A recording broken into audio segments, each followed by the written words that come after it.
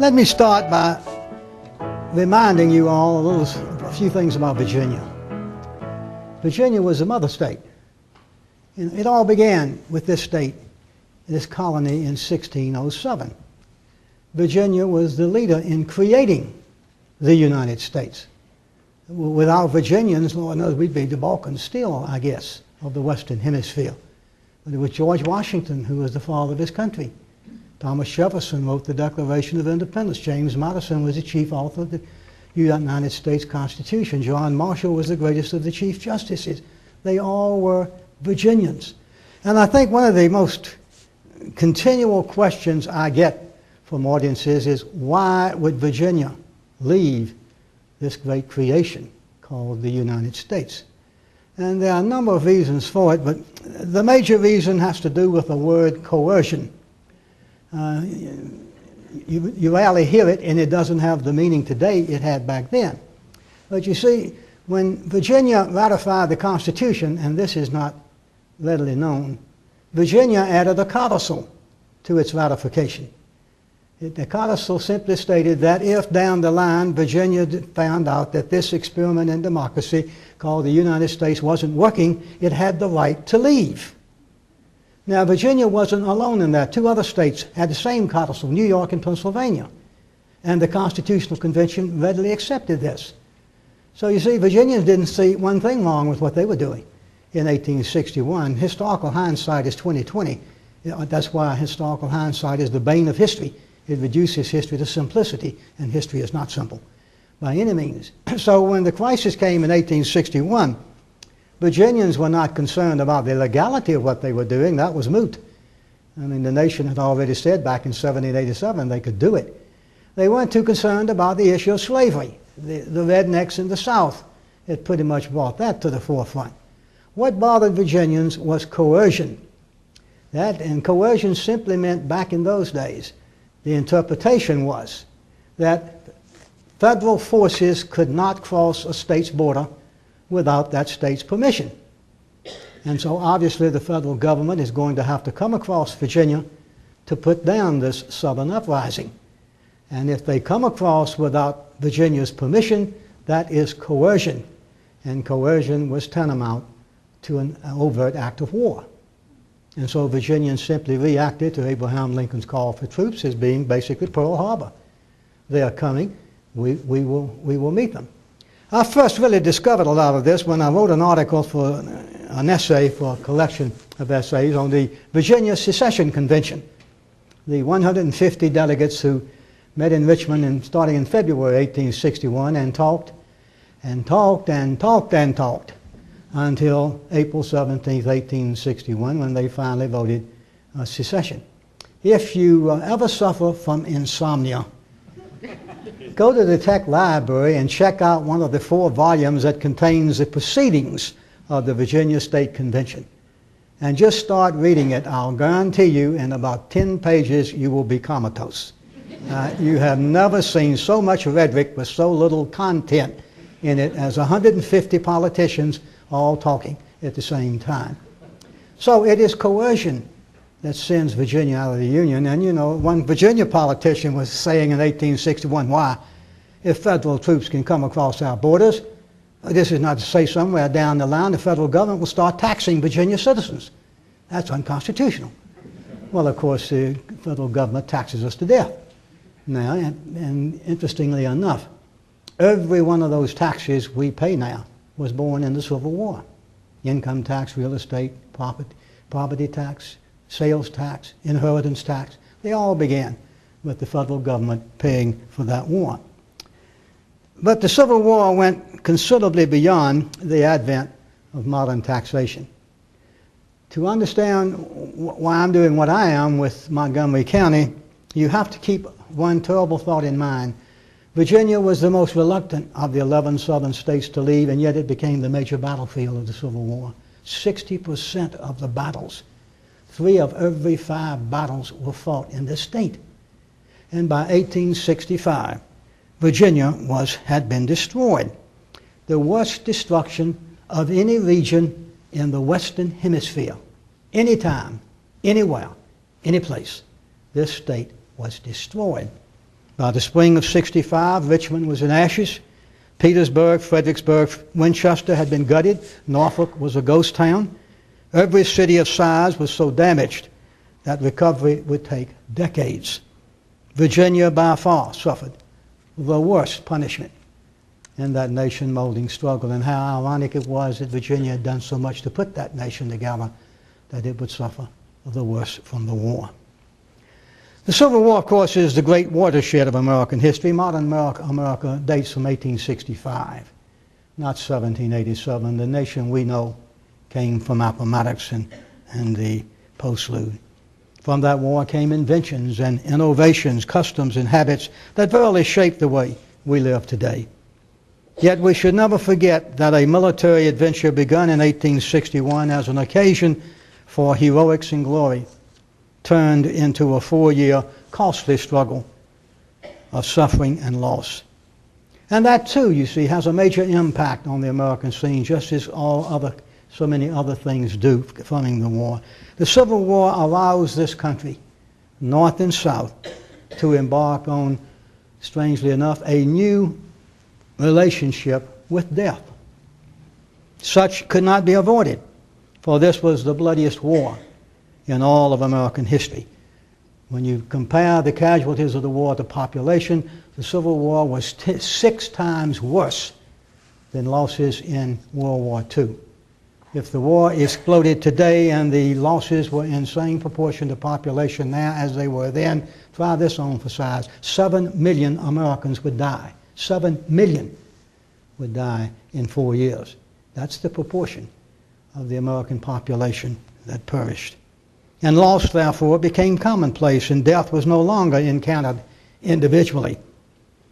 Death's threat, its proximity, its actuality became the most widely shared of the Civil War's experience. Americans began for the first time to talk about death because it was so widespread during that war. Indeed, the more than 700,000 deaths transformed the nation. One writer described the post-war America as a republic of suffering. The changes brought about by the loss of so many to battle and infection and sickness and disease were enormous, as well as far-reaching, and they were far-reaching in a variety of directions. Some changes were social, in that wives became widows and children became orphans. And the hardy and hale men who went off to war left home now liabilities to society because they were maimed from the struggle. And there were the political changes. Freedom for 3.5 million American blacks. And for the first time, the black American had the opportunity to fight for his freedom and to gain from it. That was a whopping political change, indeed, really a social revolution in this country. And then there were the philosophical changes. How we looked at the federal government thereafter. That it was going to be Big Daddy, not be one of the state's minions. And as Americans since have looked, especially Southerners, one manifestation has been the birth of what's called the lost cause syndrome. It's the legend that has grown up among Southerners who do not want to accept defeat. And so they say we were bested by superior forces, but our cause was honorable. And so it was the lost cause, a kind of reverential tone to it all. Now, next year, the Commonwealth of Virginia will begin commemorating the 150th anniversary of the Civil War. The sesquicentennial is scheduled to last 6 years. So you see, if you think you're getting a little tired of the Civil War, you ain't seen nothing yet to what's coming. In 2007, last year, the General Assembly created the first state sesquicentennial commission. You would think there would already be a national commission in place to oversee it, but it's not. As usual, the Congress talks much, says little, and does nothing. And a bill creating a national commission has been bouncing from one committee to another for 2 years in the U.S. Congress. It's become a political football, and it's not likely to go very far, which just pleases the daylights out of us Virginians, because we're first. And the states are looking to us to take the lead. The nation's not giving any lead, and by golly, hence Virginia, with its sesquicentennial commission firmly in place, will take the lead, and we hope to be the model for the entire national commemoration of the Civil War's 150th anniversary. The Sesquicentennial Commission is unique, and I want to be reverent and solemn in talking about it. 16 members, 14 are state legislators, and the House of Delegates appointed its representative, and the Virginia Senate appointed me as the other representative. This is a commission with muscle. Our chairman is the Speaker of the House, Bill Howells. And the Speaker of the House of Delegates is often regarded as the most powerful political figure in this state. And so it is good to have Speaker Howell on as our chairman. We get a lot of things done very quickly, and if things need to be done, they're almost done before we can leave the room. I also serve on the executive committee of the commission, and I'm regularly in touch with the legislative staff in Richmond and with Speaker Howell.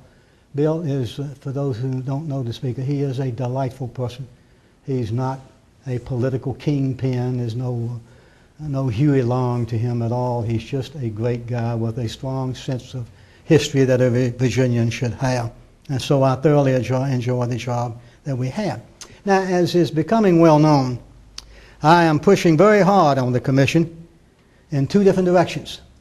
And so far, the commission has enthusiastically endorsed both. First is education. And I am outspoken on education. I think public education in this country is in real trouble. I'm not accusing any teacher in this system. I'm saying education in this country as a whole is in real trouble. Our children are not being educated. They're not being educated in the way they should. Oh, they can cut on a computer and do all kinds of things with that. But functionally, they're illiterate when it comes to culture, manners, geography, and the like. And we've got to stop that. And you see, I was executive director of the National Centennial Commission back in the 1960s, and I can speak with authority on that body because everybody else is dead.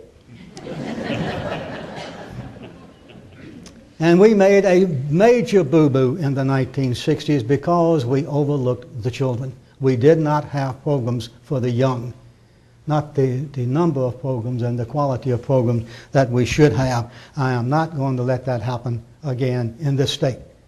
When we get to the sesquicentennial, we must instill in our young people an appreciation of history if we expect our country to have any future. If they don't know where they have come from, how can we expect them to know where they are going once they get out of school and begin their lives? And so, as many of you saw in news releases that were issued in October, the Commission awarded the Virginia Center for Civil War Studies here at Tech a $350,000 grant. It was the first grant of money that the commission has made. Don't ask me where it came from. As I said, Speaker Howell runs a good commission down there in Richmond. We're going to produce a 3-hour DVD on Virginia and the Civil War. It's not going to be a running 3-hour thing. It's going to be 9 20-minute segments on the war, because I'm a teacher. I know what teachers like. They like to come in and teach 20 minutes, show something for 20, and then wrap it up for 10, and it's a great class. And so we're dividing the Civil War into about 9 categories and going to do a first-class job of presenting it to kids.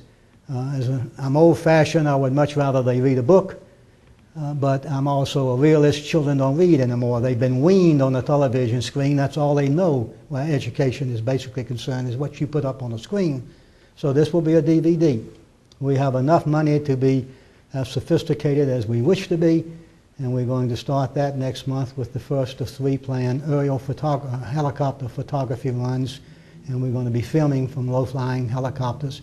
We're going to use reenactors, show how cannons are fired, create stuff for the children to have, because once this thing is released, as it will be in August 2009, just before the school year starts, a copy will go into every school in the Commonwealth, every public school, private school, kindergarten, elementary, middle, and high school.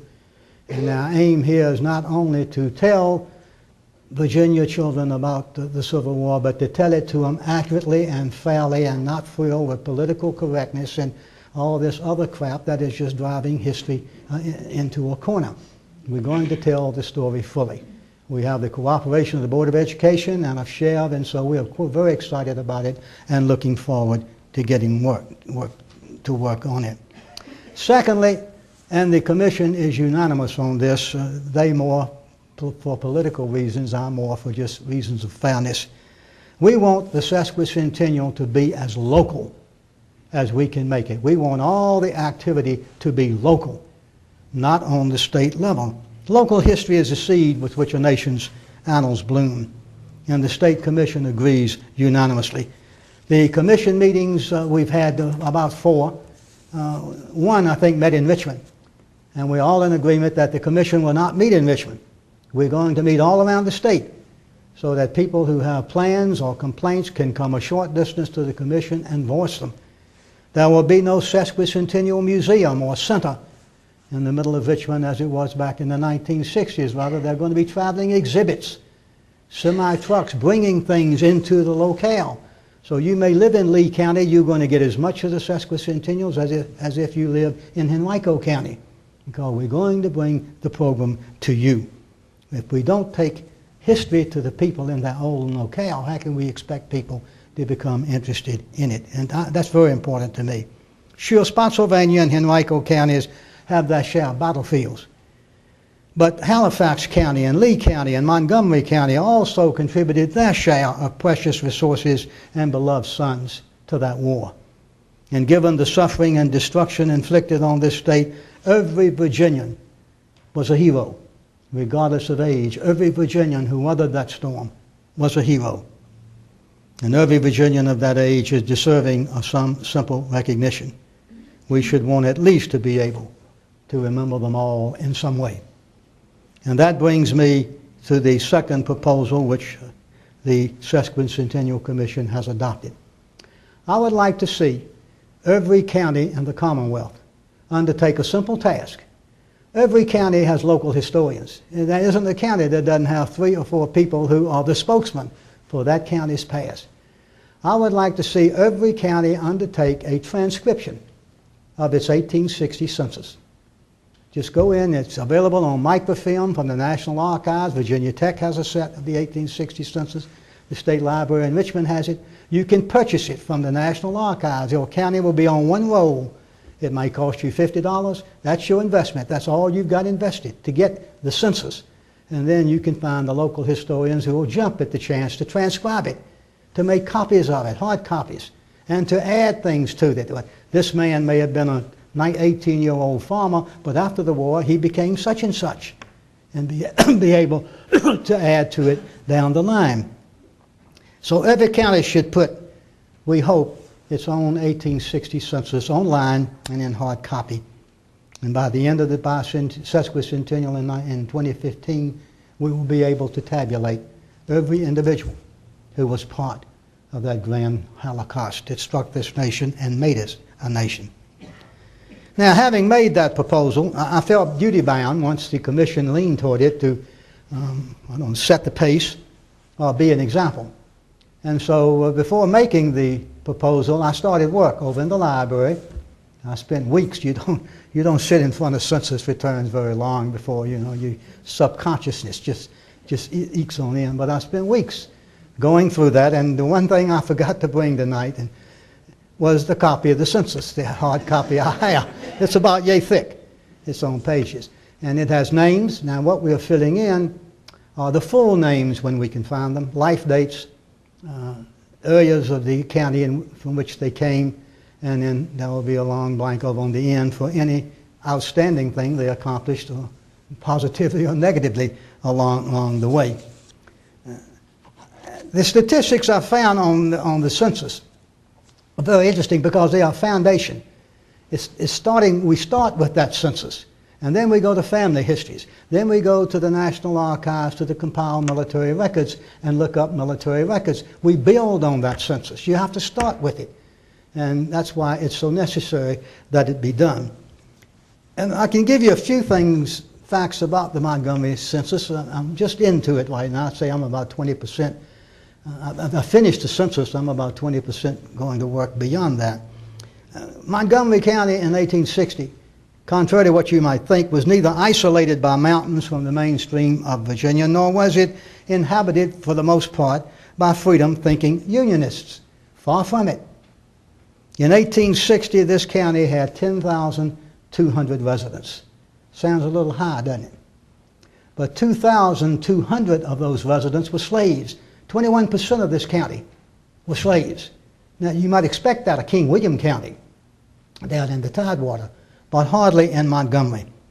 Over 150 slaves were at Smithfield and the adjacent estates of the three Preston brothers.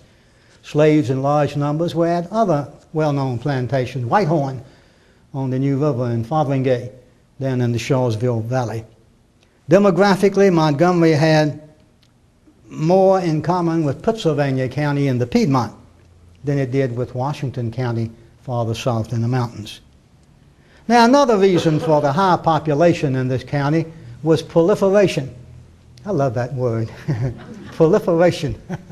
You don't know what I'm talking about, do you? There was no television in those days, no cell phones, no email, no distractions of any kind, so people proliferated. You know what I'm talking about now? Families were huge in those days. When Jacob McCoy died in 1861, he had fathered 15 surviving children. Whether his accomplishments and his death are related, I cannot say. But my heart goes out to his poor wife, Molly, who bore at least 15 children, probably more. We have nothing akin to a history of the Montgomery home front during the war years. Information supplemental to the census gives us a few clues. For example, we know that in 1862, diphtheria swept through Christiansburg. It's a disease you never hear of now, but diphtheria raged over in Christiansburg, and among the fatalities were 20-year-old Deborah Chrisman and her 12-year-old brother Joseph Chrisman were among the first to die. We know in 1864 there was another scourge in the county. Isaac Linkus is listed on the census as a coal miner in the Merrimack district. He and his wife Martha had 5 children. 3 died in rapid succession in 1864 from what was then regarded as a scourge, scarlet fever. And you hear this mentioned all through history with shuddering effects, scarlet fever, as if it were akin to bubonic plague. We've all had scarlet fever. It goes by a different nickname. It's called a strep throat. Now we can take a couple of antibiotics and be fine. Back then there were no antibiotics and death came slow and very painfully. One could say that the seed of the secession movement in this state came here from Montgomery County, because it was the Montgomery delegate to the secession convention, William Ballard Preston, who formally proposed the April 1861 Ordinance of Secession by which Virginia left the Union. From the outset, the county was strategic for the Southern Confederacy. It was a link in the Virginia and Tennessee Railroad, the one rail line, the only rail line that connected Richmond with the land across the mountains. And the coal mines at Merrimack supplied the high-quality fuel necessary to propel such naval vessels as history's first ironclad, the CSS Virginia. The most prominent and pitiful place in the county during the war years was Montgomery White Sulphur Springs Hospital. In the spring of '62, this luxurious resort became a hospital for sick and wounded soldiers. It and the military hospital at Emory and Henry College became the 2 largest medical centers in southwest Virginia. The nurses at Montgomery White Sulphur were Catholic nuns belonging to an order known as the Sisters of Mercy, and they lived up to the name to the fullest for 3 long years. When General Lee surrendered at Appomattox in April 1865, some 300 soldier patients, including 60 federal soldiers, were still at the hospital. And the exact number of dead buried in the yard around Montgomery, Yellow Springs is simply, White Sulphur Springs rather, is simply not known. Montgomery County men served in no fewer than 13 different companies in the Confederate armies. The company was the starting base, 100 men from, say, Blacksburg and 100 men from Elliston or something of that sort. The most famous brigade in American military history is the Stonewall Brigade, which made its mark under a general named Jackson. And of the 5 regiments in that brigade, one of them was the 4th Virginia Infantry, which was raised in areas from north, from Rockbridge County south to Smith County. And yet 4 of the 10 regiments in the 4th Virginia came from Montgomery County. The Fort Lewis Volunteers, that would be Shawsville, the Montgomery Highlanders, the Montgomery Fencibles, and then an enigmatic company, Company L, that's all we know. Company L, we know it was composed of Blacksburg boys. And why it didn't have a nickname, we don't know. The commander of the Company L was Captain Jonathan Evans, who was killed in action in 1863 and buried somewhere near Blacksburg. And then in addition to that, there were the Preston Guards from this county in 11th Virginia, the New River Grays Company of the 24th Virginia, the Mountain Riflemen of the 36th, and the Montgomery Grays of the 54th Virginia. The last Virginia regiment organized was the 63rd Virginia. It was formed in 1863 from 6 southwest Virginia counties, including Montgomery. The ranks filled rapidly because inflation was rampant and the state was paying a $50 bonus to every enlistee who would join the 63rd. And that situation probably explains the regiment's ultimate desertion rate, which exceeded 80%. 4 out of 5 men who enlisted in the 63rd deserted. Thomas Akers enlisted in April 1861 in the Fort Lewis Volunteers. He was accidentally killed at Harper's Ferry on June 3, 1861, making him the first fatality from unnatural causes from this county. John Ratliff of the Childress Store District enlisted August 31, 1861. 16 days later, he died in camp of typhoid fever. Multiple deaths in a single family appears to have been rather commonplace. Brothers Isaac and James Ratliff of Blacksburg served in Company L of the 4th Virginia. Isaac died May 3, 1863, and killed in action at Chancellorsville. James died the next day of pneumonia, and the 2 brothers were both dead within 24 hours. Anderson Alley, a farmer, had 2 sons. Nathan was killed in May 1862 at Seven Pines. Daniel died 14 months later at Gettysburg. Neither body made it home to a grieving father, mother, and 3 sisters. The Price family had to weather a double loss after the war ended. In mid-April 1865, teenager George Price was killed by Union soldiers who had occupied Christiansburg.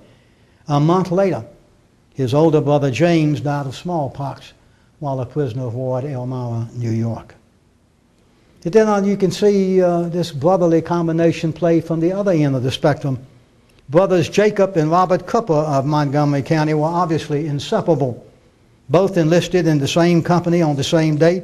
Both deserted the Army on the same date 5 months later. So they enjoyed it 5 months and then went home. Now, it's impossible to state precisely just how many Montgomery County men fought in the Civil War. The compiled military service records in the National Archives are not always complete and often misleading. One example that kind of bugged me simply because I couldn't solve it. The 1860 Montgomery County Census lists a Moses G. Lee, L-E-E-E, and he was of military age. So I went through the records. There is no Moses G. Lee of Montgomery County in the Confederate Army, but there is a Moses G. Lee in the Confederate Army from Floyd County, another Moses Lee from Pulaski, another from Craig County, and another from Roanoke County. And I think the Montgomery Lee is probably one of those 4. You quite often run into conflicts where men from the Allegheny Springs area simply cross the county line and join the Floyd County unit. This kind of mixture occurs quite often. One thing I think we can say without challenge, over 1,000 men from this county, 12% of the white population, joined the Confederate armies. That would be 1 of every 8 white people in this county joined the Confederate Army. One Montgomery resident fought on both sides. He was James Vaden from Lafayette. He enlisted in the 36th Virginia, deserted, then enlisted in the 4th Virginia, deserted, and the war ended. He was serving in the 1st United States Infantry. 2 other county neighbors were served in the Union Army, we know of. James and Henry Roberts were born in 1847. They were twins, born to a family over in the Belmont area. And sometime during the war, a Confederate patrol rode through in search of deserters. The Roberts dog barked at the horsemen, whereupon Confederates killed the animal. The brothers were so incensed that they left home and enlisted in the Union Army. And one reputedly became a member of the Honor Guard at Abraham Lincoln's funeral. When you go through the 1860 census, you have to be careful because names and terminology have changed. Radford was called Central City back then, and you have to be aware of this. Belmont, of course, is between Radford and Christiansburg. Metamorphosis, anyone know where Metamorphosis is? That's Price's Fork, between Blacksburg and Price's Fork, and it was a district in the county. So when you see these names, and one is called Dry Valley, and I don't know where in the world that is, but there's a large population in Dry, D-R-Y Valley, from somewhere or other. From the information I've given you, it's obvious that the census returns are only the base, but it's the necessary base. We have to start with them. That's our seedlings, if you will, for recognizing the generations of Montgomery County residents who suffered and endured in that war. For the census to be comprehensive and usable, we need a whole lot more than just the names on the census. I'm paranoid on full names. I love to find full names. I want to find life dates, when they were born, when they were died. And of course, published regimental rosters help immensely. Diaries sometimes were good, printed diaries are good. Genealogies exist. Thank God that we have genealogies of the Price and Linkers family, otherwise I'd have given up in despair long, long ago. Many of you will remember Clovis Linkers, who died just recently. Clovis was a great source of information on the family. But for the full names and life dates, there's only one place you can really go to find them, and that's the cemeteries. Some of you did not see a news story in last summer's Roanoke Times. Did you know that there are about 320 cemeteries in this county? 320 cemeteries in Montgomery County. The overwhelming number are family cemeteries, and more often than not neglected and overgrown. Two huge county maps give the approximate location of the great majority of these burial sites, but the maps do not take into account developments, change in road patterns, and other mind-boggling things that drive a historian mad. Now, several people have already jumped forward to help in compiling a detailed and comprehensive census for 1860 in Montgomery County. Bob Pearsall, who is GIS manager for the County Planning Services, got me off to a good start when giving me maps and other information that got me started. And only the coming of cold weather stopped me. I love to go through cemeteries. They're fascinating. It goes back to my graduate school days in Atlanta. I worked for 4 years in a funeral home while I was a graduate student. And don't you laugh, can you think of a quieter place to write a doctoral dissertation? And I did. But I just love cemeteries. I love to read headstones. Some of them are absolutely just fabulous. I remember one of a henpecked husband. He obviously was a henpecked husband who'd already picked out and had his gravestone prepared, and on it says, "Now do you believe I didn't feel good?" And there it stands. My favorite was down near Valdosta, Georgia. I had to go out on a burial once in a little country graveyard, and they had two ministers. I'm not going to name the denomination, but these two got started. We knew we were going to be there a couple of hours. And so the other funeral director and I just kind of walked through the cemetery reading the gravestones, and I came upon one which is, I never have forgotten it, and I probably cannot repeat it tonight, but stranger pause as you pass by. As you are now, so once was I. As I am now, soon you will be. So prepare in death to follow me. That's pretty awesome. But underneath it, somebody had taken a lipstick and written a couplet. To follow you, I'm not content unless I know which way you went.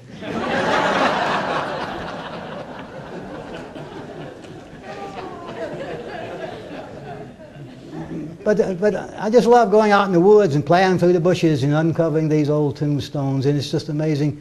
Back in those days, they had a respect for human life. They give full names, and they give life dates, and sometimes they give other information as well. And that's why one of the greatest assistants I've had to date is Ross Blunt, along with Kenneth McCoy. And while they're at McCoy Funeral Home, if they don't know where the cemeteries are, the average layman is not going to. And Ross and I are planning just to go out several times and just tramp through the bushes and whatnot. So if you live on the edge of town or in the field or something, and you see somebody roaming around out there, that's me, and I'm not a peeking Tom. I'm just trying to uncover a cemetery that might be right on the edge of your property. If you'll go out Price's Fork Road, from the schools to Price's Fork, you will pass two cemeteries on your left and never see them. They're there. And they're good-sized cemeteries, buried in the bushes. but they are there. And one of my former graduate students, April Danner, when not managing the Texas Steakhouse in Christiansburg, scrounges through the weeds and bushes in search of gravestones. I'm sure some of you think that this project of census and cemeteries is truly dead work. In a sense, it may be. However, the philosopher Santayana once declared, we must welcome the future, remembering that soon it will be the past. And we must respect the past, remembering that once it was all that was humanly possible. History is indisputably clear on one point to any professionally trained historian. Any nation that ignores its past has no future. Any nation. It's worked for 3,000 years without interruption. A nation that forgets its roots and has no blooms. It's as simple as that. We will mark the sesquicentennial of the Civil War because we Americans cannot afford not to do so.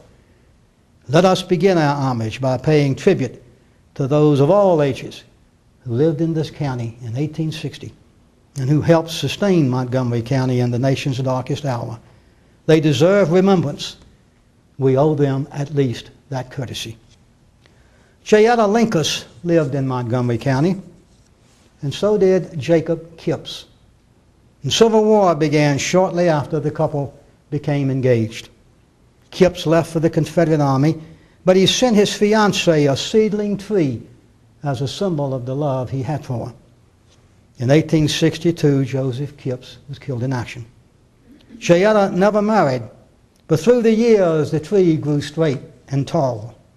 And whenever Jayetta was asked about being single the rest of her life, the spinster always thought of Jacob and answered, "It is better to love what you cannot have than to have what you cannot love."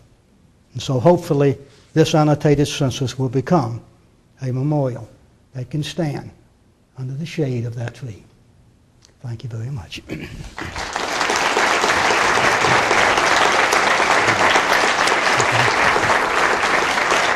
Thank you.